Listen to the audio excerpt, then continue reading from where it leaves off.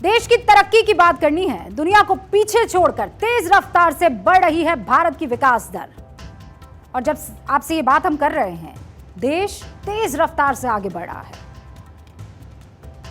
और तथ्य के साथ कह रहे हैं हम ये बात, रिसर्च के साथ कह रहे हैं।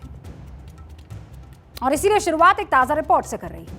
इंटरनेशनल मॉनिटरिंग फंड यानी IMF एक ताजा रिपोर्ट जारी करता है और रिपोर्ट क्या कहती है? वित्त वर्ष 2024 में भारत की विकास दर 6.3% रहेगी। IMF ने अपने अनुमान को 20 बेसिस पॉइंट बढ़ा दिया है। पहले IMF ने 6.1% विकास दर रहने का अनुमान लगाया था।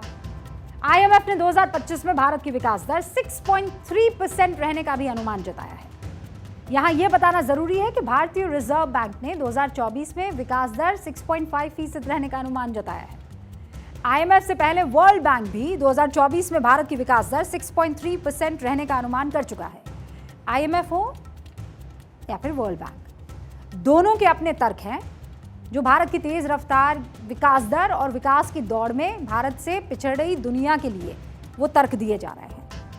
IMF क्या मान रहा है कि 2024 में वैश्विक वृद्धि दर 2.9% रह जाएगी, जो 2023 में 3% है। जबकि चीन की विकास दर 2023 में 5% और 2024 में 4.2% रहने का अनुमान जताया गया है। अब बारी बारी से आप ये समझ लीजिए कि वैश्विक विकास दर के कम होने और चीन की विकास दर कम होने के पीछे तर्क क्या है। बेहद अहम तर्क है जिसके आधार पर माना जा रहा है कि चीन में बैंकों के डूबने का कारण भी यही है। IMF का मानना है कि वैश्विक विकास दर घटेगी क्योंकि रूस और यूक्रेन युद्ध चल रहा है।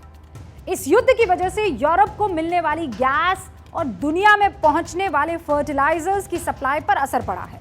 और क्योंकि दुनिया में लोन की ब्याज दरें ऊंची हैं, क्योंकि एशिया में वर्तमान में संघर्ष शुरू हो चुका है, यानी हमास और इजराइल के बीच जो लड़ाई शुरू हो गई है, और चीन में विकास दर इन सारी की सारी वजह से गिरेगी क्योंकि चीन का जो रियल एस्टेट है वो बाजार भी गिर रहा है।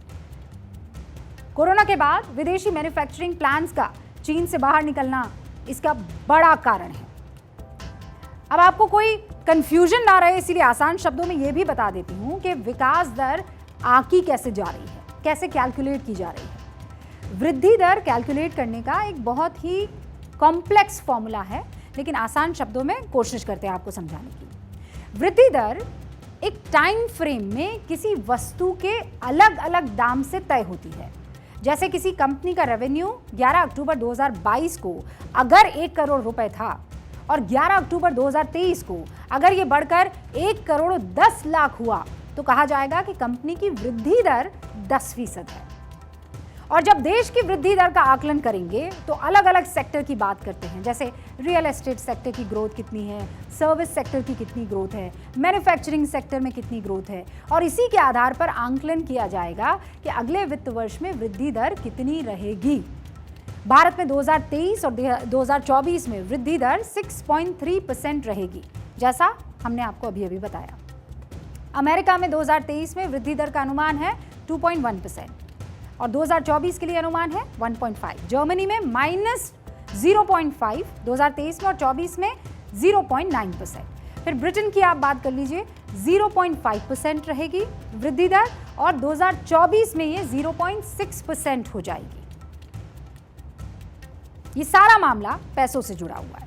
जब आम लोगों की जेब में पैसा होगा तो देश में GDP भी बढ़ेगी। जितना आपकी जेब में पैसा होगा या जितने पैसे बढ़ेंगे तभी कोई देश भी वृद्धि करेगा, विकास करेगा। और भारत में इस वक्त ये हो रहा है। और कैसे हो रहा है वो भी समझ लीजिए।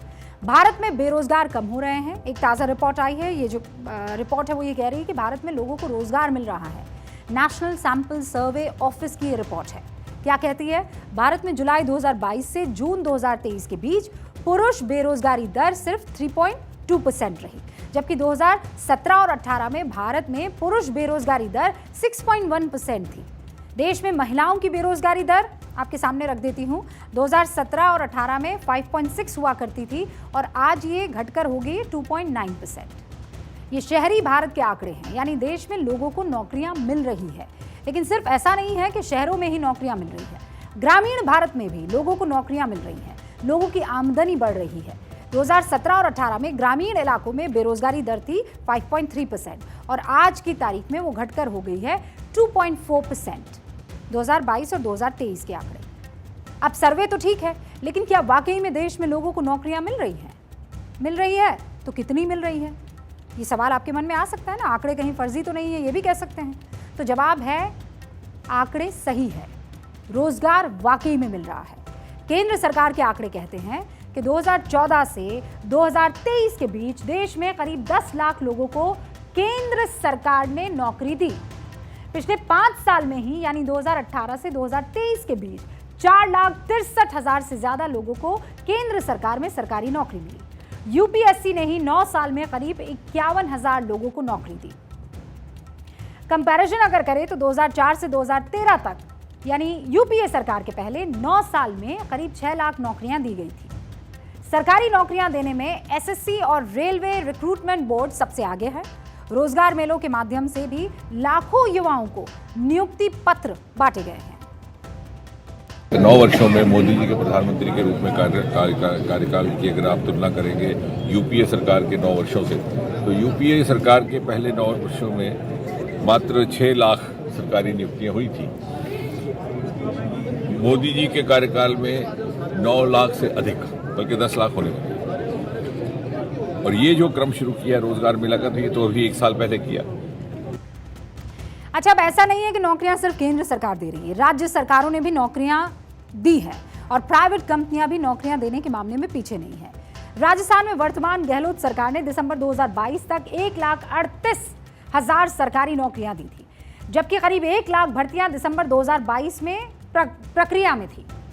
छत्तीसगढ़ में भूपेश बघेल की सरकार ने 5 साल में 1 लाख युवाओं को नौकरियां दी है, जबकि उत्तर प्रदेश में योगी आदित्यनाथ की सरकार ने 6 साल में 6 लाख से ज्यादा युवाओं को नौकरियां दी है।